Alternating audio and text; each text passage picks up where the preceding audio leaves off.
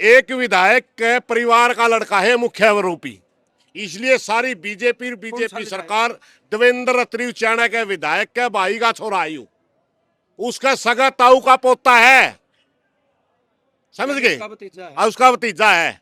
और उस एक विधायक के भतीजे को बचाने के लिए सारी सरकार और सारा प्रशासन जनता की बेइज्जती करने पर तुले। मुख्यमंत्री से हम ये कहना चाहते हैं, त्योहार यह राष्ट्रीय पर्व है, पूरा प्रदेश राष्ट्रीय पर्व मनाएगा, मगर आप जो पर्व मना रहे हो, आप अपने प्रदेश के प्रति, अपने प्रदेश की जनता के प्रति जो आपका कर्तव्य हो, कर्तव्य नहीं निभा रहे, इसलिए आपका हक नहीं बनता। आप झंडा फहराने से पहले जीवन कुंडों को न्याय दो, हम स्वागत करेंगे आपका। हमारा घर हालात पड़ी है, वो झंडा फहरांदा फिर है। जब इस झंडे के लिए 7,32,000 शहीदों ने शहादत दी है, तब हमारे को अधिकार मिला झंडा फहराने का। कैसे आदमियों का हाथ में झंडा दे दिया जो लाशा के ऊपर भी अपना त्योहार मनाते फिर। इसमें ये भी पहली बार होगा हरियाणा के इतिहास में कि कोई डेड बॉडी 10-12 दिन तक दाह संस्कार का इंतजार करे। 13वें दिन ये भी पहला है, नहीं दूसरे या तीसरे दिन डेड हो जाता है सारा।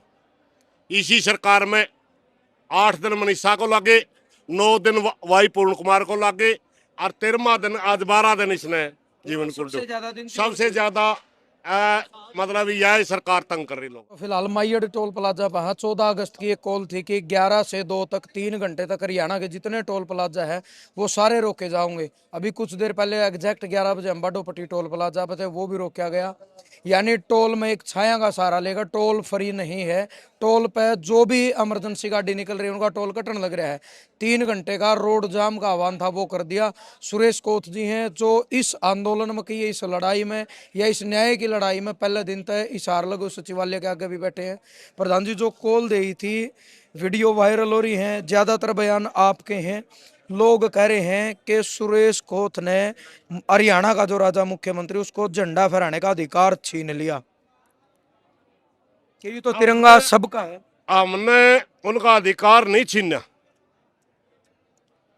मुख्यमंत्री जी झंडा फहराने आ रहे हैं आसी के अंदर एक प्रदेश के मुखिया के नाते, और एक 35-36 दिन का 35-36 साल का नौजवान की डेड बॉडी 12-13 दिन तक है दाह संस्कार का इंतजार करी, दोषी गिरफ्तार नहीं हो रहे।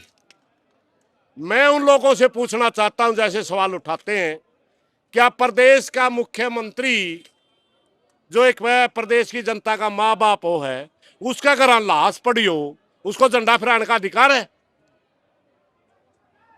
मुख्यमंत्री से हम ये कहना चाहते हैं, त्योहार यह राष्ट्रीय पर्व है, पूरा प्रदेश राष्ट्रीय पर्व मनाएगा, मगर आप जो पर्व मना रहे हो, आप अपने प्रदेश के प्रति, अपने प्रदेश की जनता के प्रति जो आपका कर्तव्य हो, कर्तव्य नहीं निभा रहे, इसलिए आपका हक नहीं बनता।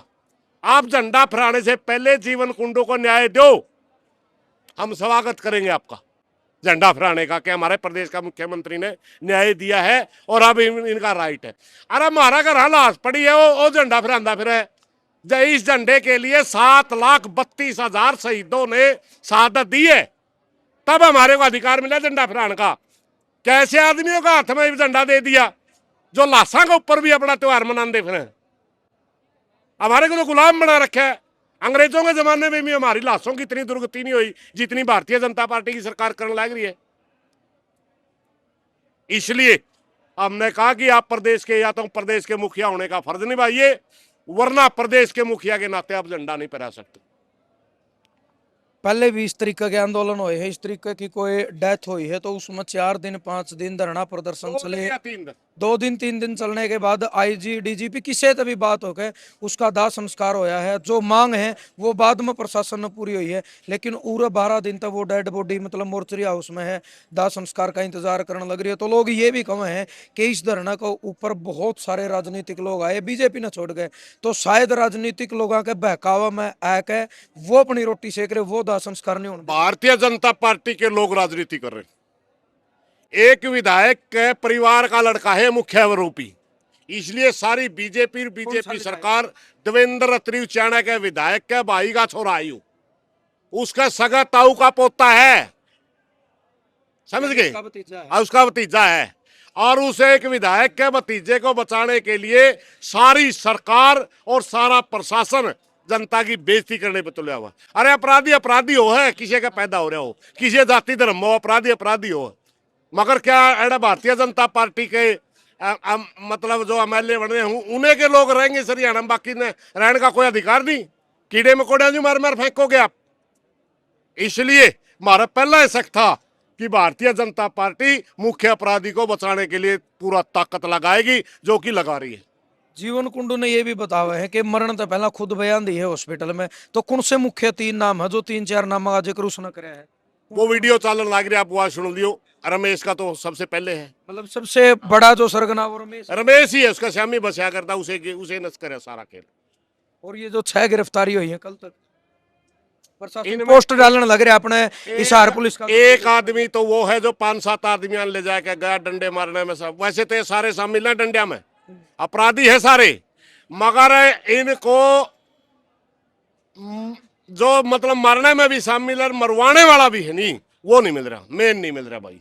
पुलिस ने पोस्ट डाल रखी कि 50,000 का इनाम रमेश के ऊपर घोषित कर दिया, और वो यूपी में देखा गया, बोला ट्रेन में सफर करने लग रहा है। थूक लाए कि कलजा ठंडा हुआ, न्याय मिले कलजा ठंडा हुआ, ये न्याय नहीं है। ये मैटर नहीं करता कि आपने न्याय को किसी के ऊपर इनाम रखा नहीं रखा, ऊं पकड़ गया। मैंने ये रखता है कि मेन अपराधी अभी तक पुलिस की कस्टडी में क्यों नहीं। 12 दिन 10 घंटे में करनाल में न्याय मिल गया, टाइम रखे न्याय मिल गया। विधायक ने भी बयान दिया था, बोले ऐसा एनकाउंटर करावांगे, लोग याद रखेंगे।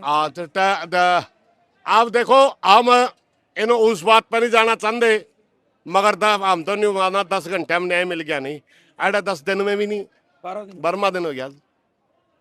भेदभाव कर रही है सरकार भाई।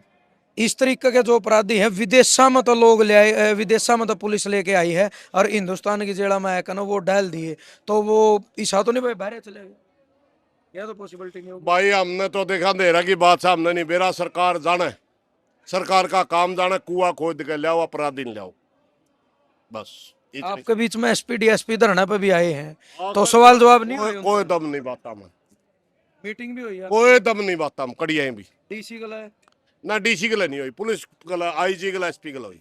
तो आईजी भी बहुत बड़ा रैंक का अधिकारी हुआ, तो भी संतुष्टि नहीं मिली आपने? आईजी को कल सवाल का जवाब ही नहीं मिला। क्या सवाल थे? हमने नहीं पूछा बताओ टाइम क्यों लग रहा है, इस सवाल का जवाब ही नहीं था। चुपचाप बस हमने कह दिया इस सवाल का जवाब दे दो, हम चले जावांगे। आईजी कल रिक्वेस्ट कर रहा था 10 संस्कार कर दो और 15 अगस्त का प्रोग्राम होने दो।